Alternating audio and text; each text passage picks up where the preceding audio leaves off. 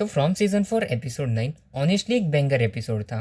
Clara और मेनिनजेलो के बीच का बार्गेन वाला रिवील, तबीथा और जेट का टनल मिशन, फातिमा की मिस्टीरियस ट्रांसफॉर्मेशन, विक्टर का एंकर होना और बॉय इन वाइट की वार्निंग। इस एपिसोड में बहुत कुछ एक साथ हुआ और आज के इस वीडियो में हम एक एक चीज़ को डिटेल में ब्रेक डाउन करेंगे और कुछ इंपॉर्टेंट थियरीज के बारे में भी बात करेंगे, तो वीडियो को एंड तक जरूर देखना। सबसे पहले बात करते हैं क्लारा और मेनिनजेलो की। एपिसोड में फाइनली हमें क्लारा और मेनिनजेलो के बीच पुराने बार्गेन का रिवील देखने को मिला, जो काफ़ी शॉकिंग था। लेकिन मेरे अकॉर्डिंग इस रिवील से भी ज़्यादा इंपॉर्टेंट चीज़ थी मेनिनजेलो का ओवरऑल गेम प्लान। सबसे पहले तो उसने अपना ब्लड क्लारा के ब्लड के साथ मिक्स किया और इनडायरेक्टली उसी ब्लड को फातिमा तक पहुंचाया, जिससे क्लियरली लगता है कि फातिमा के साथ जो भी प्रोसेस चल रहा है उसे वो और भी ज़्यादा एक्सेलरेट करना चाहता है। फातिमा के बारे में हम थोड़ी देर में डिटेल में बात करेंगे, लेकिन अगर आपने एपिसोड के एंड में ध्यान दिया हो तो जब क्लारा मेनिनजेलो को बताती है कि टनल्स में सिर्फ तबीथा और जेट गए हैं, तो उसका रिएक्शन काफ़ी डिसअपॉइंटिंग था। और मुझे पर्सनली यही चीज़ इंटरेस्टिंग लगी, क्योंकि अगर मेनिनजेलो सच में डिसअपॉइंटेड था तो इसका मतलब है कि वो नहीं चाहता था कि तबीथा और जेट टनल्स तक पहुंच पाए। अब ऐसा क्यों?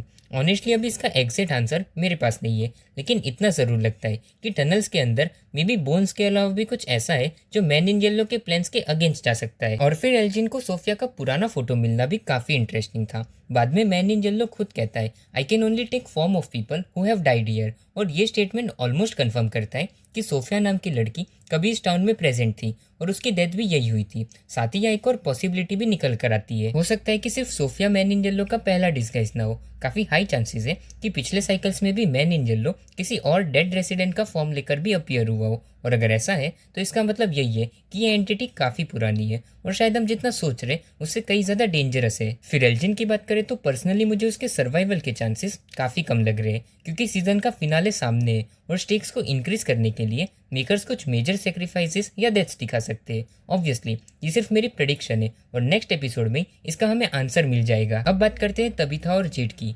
फाइनली टनल्स के अंदर उन्हें उन बच्चों के बोन्स मिल गए और इस रिवील के बाद एक और चीज़ इनडायरेक्टली कंफर्म हो जाती है। जेट को जो मशरूम ट्रिप के दौरान विजन्स दिख रहे थे उनमें सच्चाई थी, और एपिसोड के एंड में हम देखते हैं कि टनल्स के अंदर मौजूद क्रिएचर्स भी जाग चुके हैं। एंड पर्सनली मुझे नहीं लगता कि फिनाले में जेड और तबीथा मरने वाले हैं। मोस्ट प्रोबेबली वो किसी ना किसी तरह बच जाएंगे। एक और इंटरेस्टिंग डिटेल थी रोप वाली। मेनिनजेलो ने उनके एस्केप रोप को वीक कर दिया था और ये डिटेल क्लियरली दिखाती है कि वो डायरेक्टली इंटरफेयर कर सकता है, और मुझे लगता है कि बॉयड शायद कॉलोनी हाउस वाले एंट्रेंस या किसी ऑल्टरनेट रूट के थ्रू उन्हें रेस्क्यू करने की कोशिश करे। इसके बाद फातिमा के बारे में बात करें तो ऑनेस्टली फातिमा वाला पूरा सेक्शन अभी भी सबसे मिस्टीरियस लग रहा है मेरे दिमाग में। अभी इसको लेकर 3 पॉसिबिलिटीज आ रही है। पहली पॉसिबिलिटी ये है कि फातिमा सीजन 3 वाली किमिको वुमन में ट्रांसफॉर्म हो रही हो।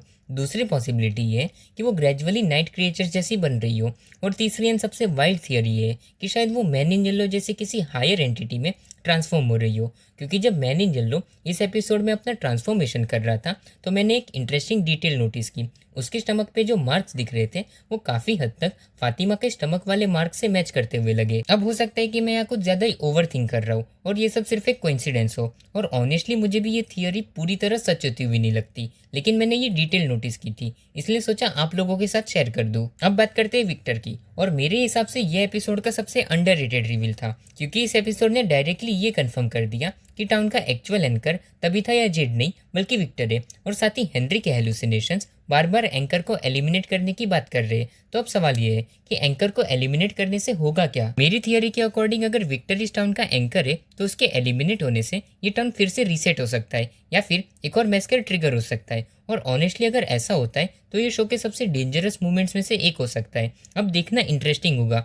कि हेनरी आगे क्या डिसीजन लेता है। इसके बाद इस एपिसोड में बॉय इन वाइट भी फाइनली अपीयर हुआ और उसने विक्टर को वार्न किया कि बॉटल ट्री बहुत ही इंपॉर्टेंट है और उसे कट नहीं करना चाहिए, लेकिन बॉयड और बाकी लोग उस ट्री को डिस्ट्रॉय करने की प्लानिंग कर रहे हैं। तो अब सवाल ये है कि आखिर बॉटल ट्री इतनी इंपॉर्टेंट क्यों है? मेरी थियरी के अकॉर्डिंग हो सकता है कि ये ट्री एक ब्रिज या गेटवे हो जिसके थ्रू ही लोग इस टाउन से बाहर निकल सकते हो, और अगर ये ट्री डिस्ट्रॉय हुआ तो हो सकता है कि टाउन के लोगों का लास्ट एस्केप रूट भी खत्म हो जाए, या फिर इसका इफेक्ट बिल्कुल उल्टा हो और ट्री डिस्ट्रॉय होने के बाद कोई नया फेज शुरू हो। जो भी हो, फिनाले काफी क्रेजी होने वाला है। तो ये था फ्रॉम सीजन 4 एपिसोड 9 का ब्रेकडाउन। ओवरऑल मुझे एपिसोड 9 काफ़ी पसंद आया। इसकी पेसिंग इतनी स्ट्रांग थी कि ये कब स्टार्ट हुआ और कब खत्म हो गया पता ही नहीं चला। और सबसे अच्छी बात ये लगी कि इस एपिसोड ने फिनाले के लिए काफ़ी बढ़िया सेटअप क्रिएट कर दिया है। पर्सनली मैं फिनाले के लिए काफ़ी एक्साइटेड हूँ। अगर आपने भी एपिसोड देख लिया है तो नीचे कमेंट करके ज़रूर बताना कि आपको ये एपिसोड कैसा लगा और आपकी सबसे फेवरेट थियरी कौन सी है। वीडियो पसंद आया हो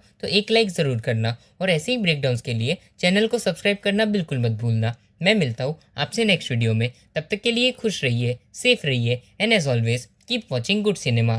खत्म। Bye bye, tata, good bye.